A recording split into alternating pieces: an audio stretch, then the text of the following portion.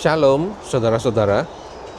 Ya, sekarang ini cuacanya lagi mendung dan gerimis-gerimis gitu ya. Jadi saya pikir ya kita bikin videonya di rumah aja gitu ya. Jadi beberapa waktu yang lalu tuh saya melihat ada satu video ya.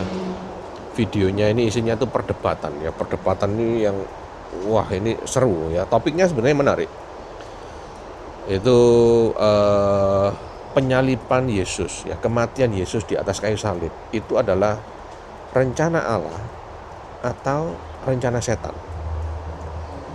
Menarik sebenarnya ya. Nah, tapi perdebatannya tuh sangat seru ya, sangat sengit gitu, lebih tepatnya.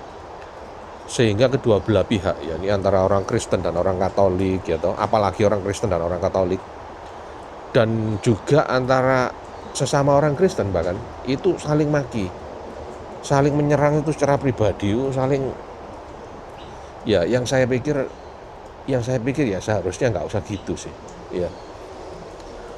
Dan saya bikin video ini bukan untuk mempertajam perbedaan itu, perdebatan itu enggak ya. Ini saya cuman untuk menyampaikan apa yang menjadi pikiran pendapat saya. Kalau saudara setuju baik, kalau saudara nggak setuju pun saya nggak akan mendebat saudara ya. Ini adalah pemikiran saya pribadi ya. Saudara tentu punya pemikirannya sendiri.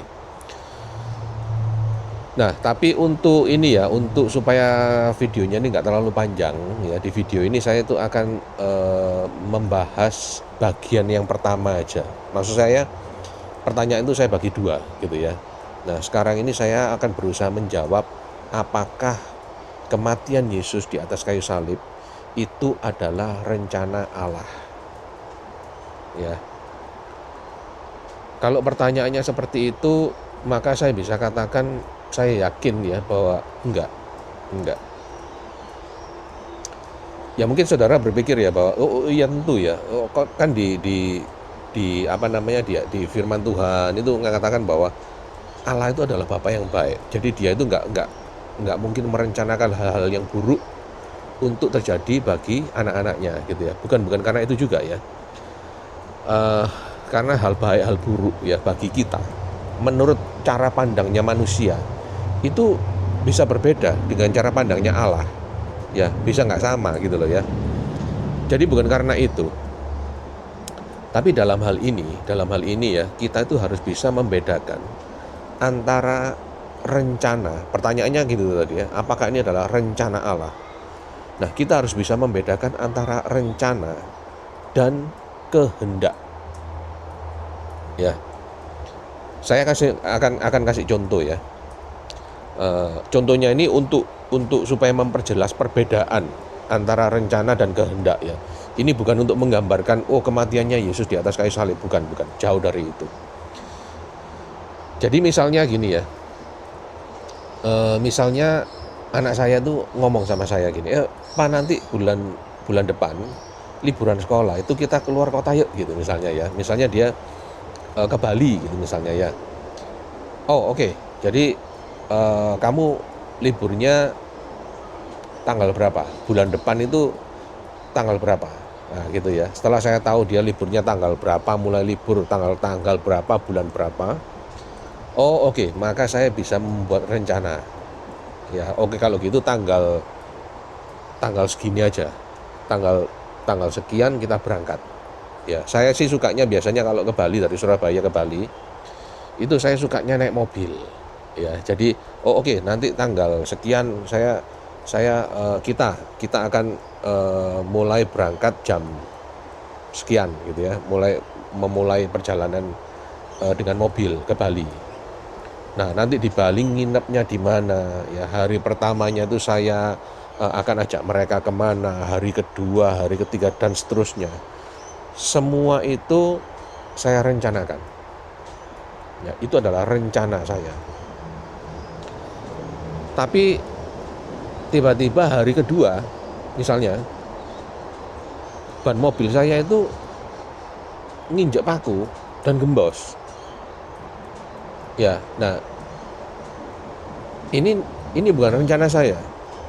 Ya, tapi saya pikir ya sekalipun ini adalah hal yang buruk ya, ini adalah yang nggak enak ya. Saya pikir ya ini ya sebenarnya ya bagus juga lah, supaya apa? Supaya melatih anak-anak gitu ya, supaya mereka itu tahu ban serep di mana, dongkrak di mana, caranya ganti ban mobil kalau gembos gimana gitu ya. Jadi saya suruh mereka, saya berkehendak supaya mereka ganti ban mobil. Wah, tangannya nanti kotor semua, bajunya kotor, keringetan dan lain sebagainya, nggak enak gitu loh ya. Ya tapi ya menurut saya ya nggak apa-apa lah, kotor nanti bisa cuci, bisa mandi gitu ya. Tapi ini akan jadi satu pengalaman yang berharga gitu. Apakah saya merencanakan hal itu? Enggak. Saya rencana, tanggal berapa berangkat, hari pertama gimana, hari kedua, itu saya rencana.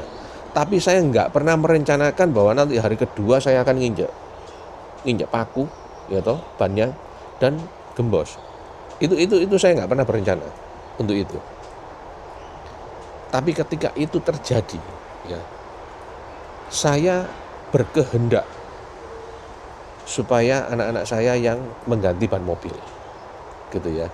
Ya kalau mau disama-samakan ya, apa yang saya barusan kasih contoh ini, kalau mau disama-samakan dengan kematian Kristus di atas kayu salib, ya yaitu bahwa Allah itu bisa mendatangkan kebaikan ya dari sesuatu yang nggak baik.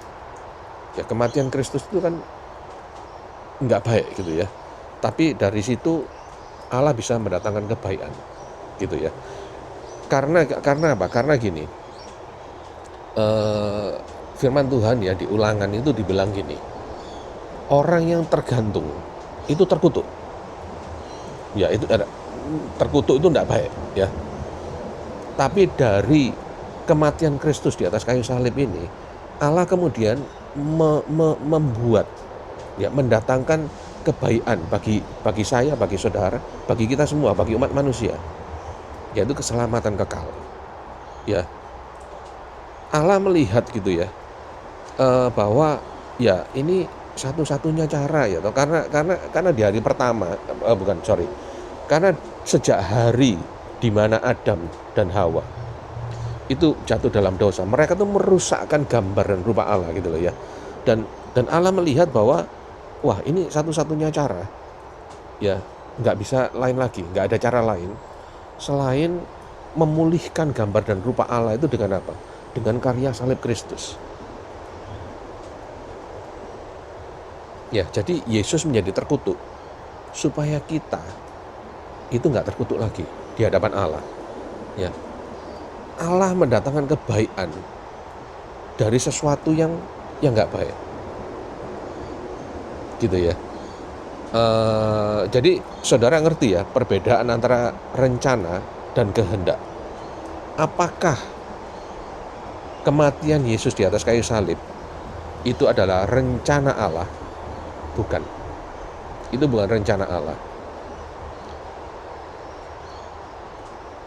Tapi dalam Yesaya, Allah itu berkata bahwa adalah kehendakku supaya hambaku ini diremukkan.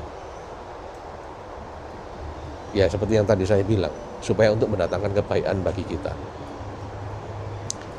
Ya, jadi bagian pertama, apakah Allah merencanakan kematian Yesus di atas kayu salib? Saya pikir itu yang bisa saya sampaikan.